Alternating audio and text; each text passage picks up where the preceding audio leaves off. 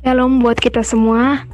Kami dari kelompok 7 ingin menjelaskan tentang pembahasan soal kuis kami. Adapun anggota kelompok kami, yang pertama Rizky Okto Situmorang dengan NIM 11420033, kemudian Nemi Teresa Siombing dengan NIM 11420059, dan Indah Kristara Sinurat dengan NIM 11420080. Kemudian akan dilanjut oleh teman saya Rizky. Baiklah, untuk soal nomor 1, which of the above graph is or are not planar? Explain. Jadi pada soal nomor 1, kita akan mencari graf yang bukan planar dan graf yang planar. Jadi untuk graf 1 merupakan graf planar, bukan merupakan graf planar, dikarenakan pada graf tersebut dapat kita lihat terdapat sisi yang berpotongan dengan sisi yang lainnya, dan kita juga tidak dapat menggambarkan graf tersebut ke dalam bentuk graf planar. Dan untuk graf yang kedua, dapat kita lihat pada gambar berikut bahwa tidak ada sisi-sisi yang berpotongan dengan sisi yang lainnya, sehingga graf 2 merupakan graf planar. Untuk graf yang ketiga juga merupakan graf planar, dikarenakan graf tersebut dapat kita gambarkan menjadi graf di mana tidak ada sisinya yang saling berpotongan, seperti tampak pada gambar berikut, di mana yang tadinya terdapat sisi yang berpotongan, kita dapat menggambarkannya melintang di luar dari graf tersebut sehingga tidak terdapat sisi yang berpotongan. Dan untuk graf yang keempat bukan merupakan graf planar, karena pada graf tersebut sisi-sisinya saling berpotongan, terdapat sisi yang saling berpotongan, dan kita juga tidak dapat menggambarkan graf tersebut ke dalam bentuk graf planar. Soal selanjutnya akan dijelaskan oleh teman saya Nehemi.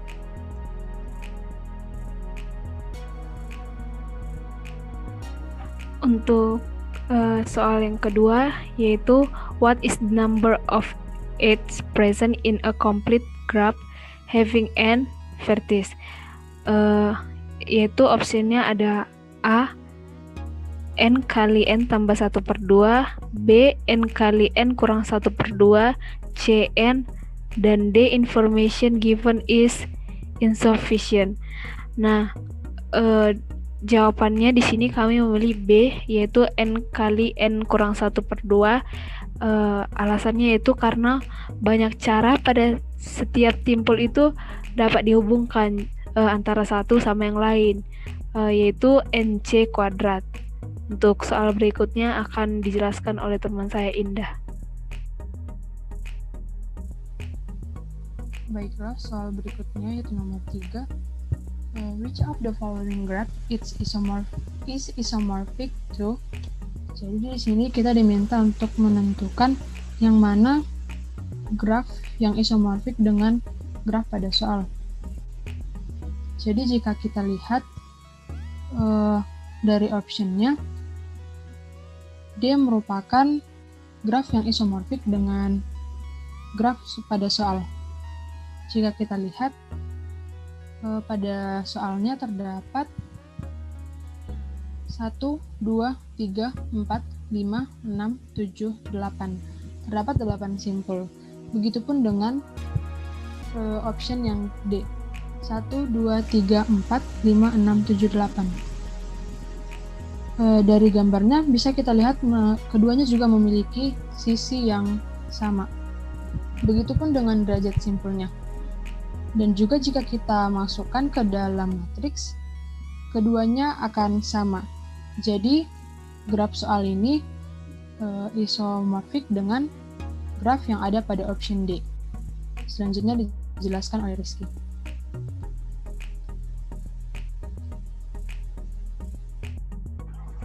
Untuk soal nomor 4, find an Eulerian path for the graph G below. Jadi pada soal berikut kita akan mencari jalur Euler yang terdapat pada graf di bawah ini. Jadi dari graf berikut kita dapat membuat lintasan Euler. Itu pertama kita mulai dari simpul V4, lalu menuju ke simpul V1, lalu ke V2, lalu menuju ke V3, lalu kembali lagi ke V4, lalu menuju ke V5, ke V6, lalu ke V7, lalu kembali lagi ke V5. Dari jalur berikut dapat kita lihat bahwa tidak terdapat sisi yang dilalui lebih dari satu kali, sesuai dengan ketentuan dari lintasan Euler. Untuk soal berikutnya akan dilanjutkan oleh teman saya Nehemi. Untuk soal yang kelima, yaitu ada dua bagian pertanyaan, yaitu yang pertama, which of the following is a Hamilton circuit of the graph, yaitu di sini kita cari yang merupakan bagian sirkuit Hamilton dari grafik itu yang mana gitu. Jadi untuk sirkuit Hamilton itu yaitu mulai dari A, kemudian dia ke C, baru ke B, kemudian ke G, lalu ke E, ke D, ke F, dan kembali lagi ke A. Untuk pertanyaan yang kedua yaitu list a path from the vertex D to the vertex G, yaitu di sini kita disuruh untuk membuat daftar jalur dari simpul D ke simpul G. Nah, pada lintasan ini terdapat 3 lintasan yang bisa dibuat jalur dari D ke G, yaitu yang lintasan pertama itu adalah dari D, kemudian ke F, lalu ke A, lalu ke C, ke E, ke B, dan ke G. Dan untuk lintasan yang kedua yaitu D, F, kemudian ke A, ke C, ke B, ke E, dan ke G. Dan pada lintasan yang ketiga itu dari D menuju ke F, lalu ke A, kemudian ke E, lalu ke C, ke B, dan ke G. Dan soal selanjutnya akan dijelaskan oleh teman saya Indah. Selanjutnya soal nomor 6. Di sini ada terdapat 2 bagian pertanyaan. Untuk yang pertama, how many distinct Hamilton circuits are there in this complete graph? Jadi di sini kita diminta untuk menentukan berapa jumlah dari sirkuit tersebut. Jika kita lihat pada gambar, di sini terdapat 6 buah simpul, yaitu A, B, C, D, dan E. Di mana di setiap masing-masing sisinya sudah terdapat jumlah yang akan kita hitung. Kita lihat bahwa graf ini merupakan graf lengkap. Jadi bisa kita gunakan rumus N dikurang 1 faktorial dibagi dengan 2. N ini merupakan jumlah simpulnya, yaitu 5. 5 dikurang 1 faktorial per 2 sama dengan 4 faktorial per 2. Sama dengan 4 dikali 3 dikali 2 dikali 1 dibagi dengan 2. Maka kita dapat hasilnya 12. Jadi 12 lah jumlah sirkuit dari graf tersebut. Kemudian bagian yang kedua, find a Hamilton circuit from D using the nearest neighbor algorithm. Jadi di sini kita diminta untuk menemukan sirkuit Hamilton yang dapat dibentuk dari D dengan tetangga yang terdekat. Dari gambar ini bisa kita buat 5 buah sirkuit. Untuk yang pertama, dimulai dari D, C, B, A, E, dan D. Dari sirkuit ini, kita dapat jumlahnya, jika kita jumlah semua ini, maka hasilnya adalah 63. Kemudian, sirkuit yang kedua, dimulai dari D, ke E, C, A, B, dan D. Nah, dari sirkuit ini dapatlah jumlahnya 50. Kemudian yang ketiga, yaitu dari D, lalu ke A, ke B, E, C, dan D. Untuk sirkuit ini, kita dapat jumlahnya 53. Kemudian yang keempat, dimulai dari D, ke B, E, A, C, dan D. Nah, dari sirkuit ini dapatlah jumlahnya 64. Dan sirkuit terakhir, dari D, ke E, ke B, A, C, dan D. Untuk ini dapat kita hitung jumlah sirkuitnya yaitu 52.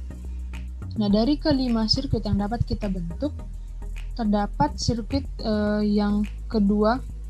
Sirkuit ini merupakan sirkuit terpendek dari 5 sirkuit yang dapat kita bentuk. Baiklah, soal selanjutnya dijelaskan oleh Rizky.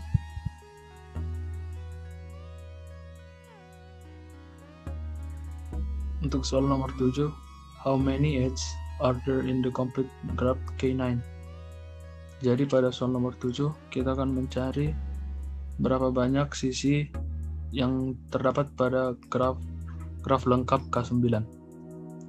Jadi dari soal sebelumnya kami telah memaparkan contoh dari gambar K9 seperti berikut.